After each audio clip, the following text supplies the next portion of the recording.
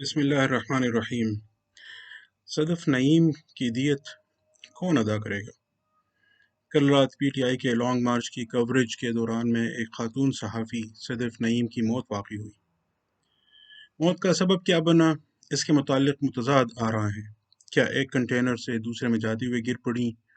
کیا گارڈز نے دھکا دیا یا گاڑی کے نیچے کچھ لی گئیں؟ کیا ان کی اپنی غلطی تھی یا کسی اور کی، یا سب کی مشترک؟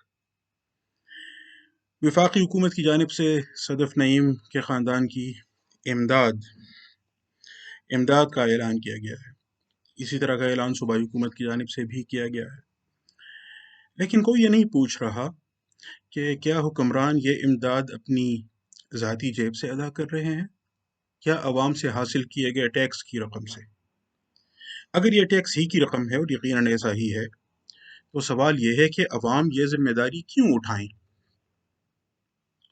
یہ سوال بھی پوچھا جا رہا ہے، اور یقیناً پوچھا جانا چاہیے کہ جس ادارے نے اس خاتون کو اس طرح اپنی جان خطرے میں ڈال کر خبر لانے کی ذمہ داری دی، اس ادارے پر اب اس خاتون کے لیے کیا کچھ کرنا لازم ہے، اور پہلے کیا کچھ لازم تھا جو اس نے نہیں کیا۔ اسی طرح یہ سوال بھی پوچھا جانا چاہیے کہ اس ادارے پر اپنے باقی ملازمین کے حوالے سے کیا ذمہ داری عائد ہوتی ہے کہ آئندہ وہ ایسے حادثات کا شکار نہ ہوں، اور اگر ہوں تو پھر ان کی بھرپور تلافی کی جا سکے۔ اور بھی کئی سوالات ہیں، لیکن جس سوال پر سرے سے بحث ہی نہیں ہو رہی وہ یہ ہے کہ کیا اسلامی جمہوریہ پاکستان میں اسلامی قانون کی روح سے ایسی صورت میں مرنے والی خاتون کے خاندان کو امداد دی جاتی ہے یا دیت ادا کی جاتی ہے؟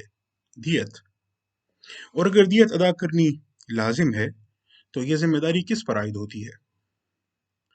پاکستان میں دیت کے قانون کو عموماً دو زاویوں سے تنقید کا نشانہ بنایا جاتا ہے۔ یا تو شاہ رخ جتوئی جیسے طاقتور جب حکومت اور استغاثے کی مدد سے سزا سے چھوٹ جائیں تو ملبہ دیت کے قانون اور مقتول کے مظلوم اور مجبور ورثاء پر ڈال دیا جاتا ہے، یا اگر کوئی شخص دیت کی قیمت ادا نہ کر سکنے کی بنا پر جیل میں قید ہو تو اس کی مظلومیت کے لیے ذمہ دار دیت کو قرار دیا جاتا ہے۔ البتہ دیت کا ذکر وہاں نہیں کیا جاتا جہاں اس کی وجہ سے کسی مظلوم کو مدد ملتی ہے، اور اس کی وجہ سے ظالم کو ایسا سبق ملتا ہے کہ وہ آئندہ ایسا ظلم کرنے سے پہلے 10 دفعہ سوچے۔ مثلاً سانحہ بلدیہ کراچی کو ہی لے لیجئے۔ فیکٹری میں آگ لگ گئی، 250 مزدور اس میں جل کر مر گئے۔ حکومت سندھ نے معاوضے کا اعلان کیا، کراچی الیکٹرک نے بجلی کے بل میں معافی دے دی، اللہ اللہ خیر صلی۔ کسی کو یہ کہنے کی توفیق نہیں ہوئی کہ ان 250 مزدوروں کی دیت ادا کرنا فیکٹری مالکان پر لازم ہے۔ اور کیا آپ کو معلوم ہے کہ فیکٹری حادثات کی صورت میں مزدوروں کو ہونے والے نقصان کی تلافی کے لیے پاکستان میں 100 سال پہلے انگریزوں کا دیا ہوا قانون ورکمین کمپنسیشن ایکٹ 1923 لاگو ہوتا ہے، جس میں آخری ترمیم کوئی 9 سال قبل 2013 میں ہوئی ہے، اور اس کی روح سے ایسے حادثات کی صورت میں مر جانے والے مزدور کے خاندان کو معاوضے کے طور پر 4 لاکھ روپے ادا کیے جاتے ہیں، اور بس۔ اس کے برعکس اگر اس حادثے پر دیت کے قانون کا اطلاق کیا جائے اور شریعت کی روح سے ایسا ہی کرنا لازم ہے، تو اس سال پاکستان میں دیت کی قیمت ہے 43,18,524 روپے۔ 43,18,524 روپے، کہاں 4 لاکھ کا معاوضہ، کہاں 43 لاکھ سے زائد کی دیت۔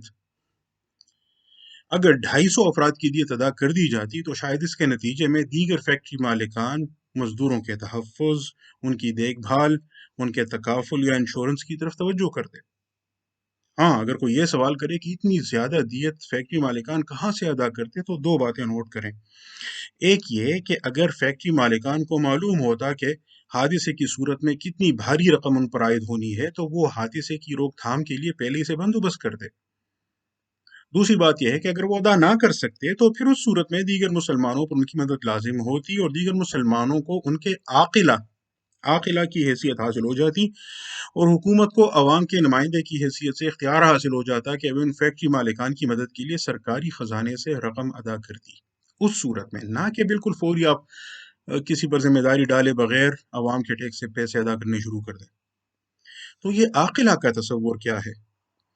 یہ وہ تصور ہے جو شریعت کی روح سے دیت کے ساتھ جڑا ہوا ہے، لیکن بدقسمتی سے پاکستان میں دیت کے قانون میں دیت کو عاقلہ سے الگ کر دیا گیا ہے، اور یہاں دیت فرد پر عائد ہوتی ہے، کیونکہ یہاں کے قانون میں عاقلہ کا تصور سرے سے موجود ہی نہیں۔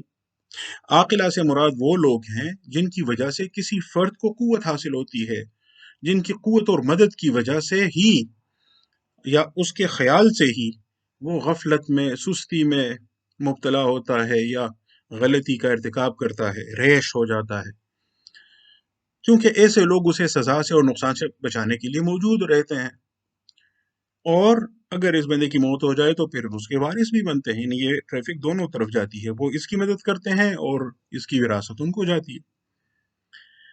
ہمارے ہاں دیت کا قانون بناتے وقت کہا گیا کہ عاقلہ کا تو ہمارے معاشرے میں وجود ہی نہیں ہے۔ یہ بات بالکل غلط ہے۔ مثلا دیکھیے کہ اگر کسی وکیل صاحب سے کوئی غلطی سرزد ہو جائے تو کیسے پوری بار ایسوسی ایشن اس کے ساتھ کھڑی ہو جاتی ہے۔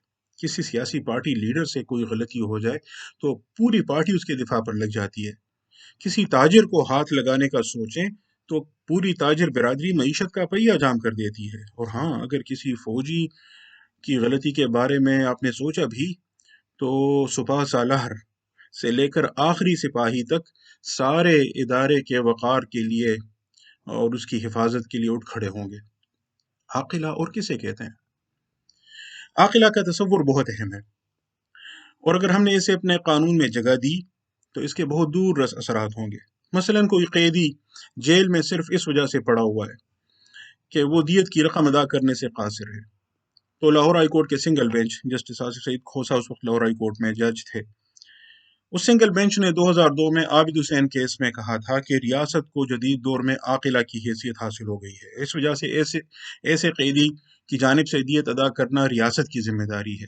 چنانچہ انہوں نے پاکستان بیت المال، جو حکومت کا ایک ذیلی ادارہ ہے، اس کو حکم دیا تھا کہ دیت اس بندے کی جانب سے ادا کر دیں۔ حکومت پنجاب اس کے خلاف اپیل میں سپریم کورٹ گئی تو 2007 میں چیف جسٹس افتخار محمد چودھری کی سربراہی میں 5 رکنی لارجر بینچ نے اس فیصلے کو منسوخ کر دیا۔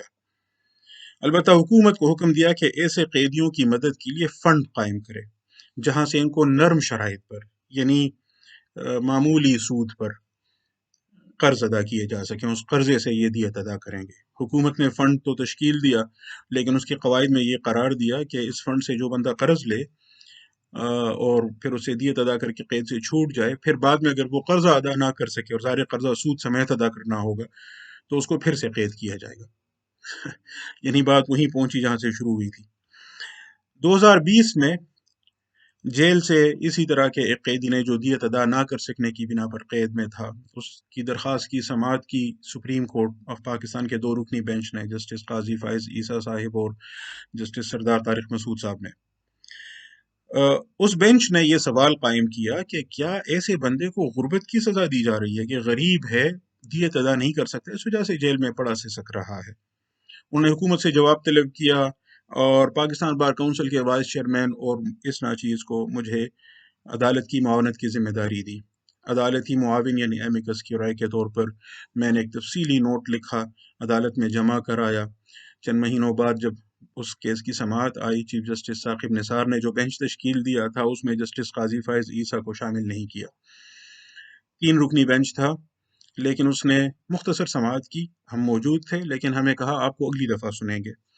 اور اگلی دفعہ کئی مہینے بعد جب اس کیس کی باری آئی تو ایک اور بینچ تھا 3 رکنی، اس کے سامنے یہ حقیقت رکھ دی گئی کہ جس قیدی کی جانب سے درخواست آئی تھی وہ قیدی تو رہا ہو چکا ہے، تو عدالت نے وہ کیس نمٹا دیا۔ اور یہ جو سوال تھا کہ جو بندہ دیت ادا نہ کر سکے اس صورت میں کیا ہوگا، وہ سوال اپنی جگہ باقی رہ گیا، اب بھی باقی ہے۔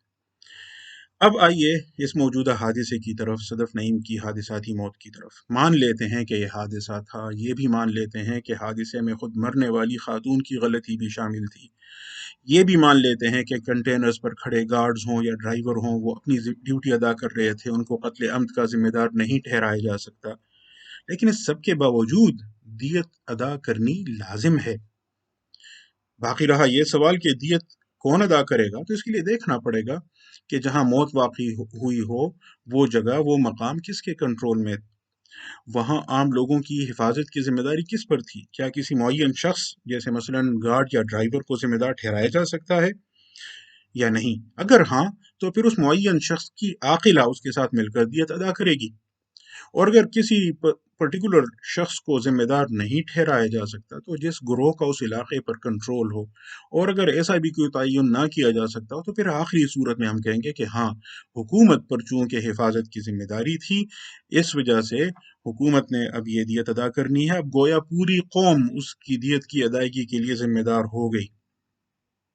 اس صورت میں ظاہر ہے وہ دیت پھر قوم کے ٹیکس کی رقم سے ہی ادا کی جائے گی۔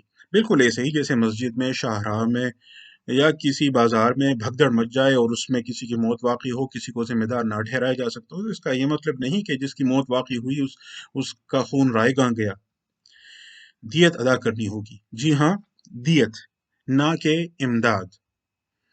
اس سوال پر بھی سوچئے ویسے کہ ہماری حکومتیں، ہمارا میڈیا، ہمارے لکھاری ایسے موقع پر جب کسی مظلوم کو ہونے والے نقصان کی کسی حد تک تلافی ہو جاتی ہے، دیت کا نام کیوں نہیں لیتے؟ ہاں، جہاں کسی ظالم کو سزا سے چھوٹ جانے کی بات آ جائے کہ ظالم سزا سے چھوٹ گیا ہے، تو پھر ہر کوئی دیت دیت چیخنے لگتا ہے۔ یہ بھی دیکھیے کہ شریعت نے کس خوبی سے لوگوں کے حقوق میں توازن قائم کیا ہے۔ گارڈ یا ڈرائیور اگر اپنی ذمہ داری ادا کر رہا تھا، قتل عمد کے لیے ذمہ دار نہیں تھا، تو ٹھیک ہے، لیکن خاتون کا خون کیوں رائے گاں جائے؟ پھر خاتون کی دیت کی رقم چونکہ بہت زیادہ ہے، تو اس کے ادا کرنے کے لیے عاقلہ اس کے ساتھ ذمہ دار ہے، تاکہ یہ بوجھ تنہا کسی ایک فرد پر نہ آئے۔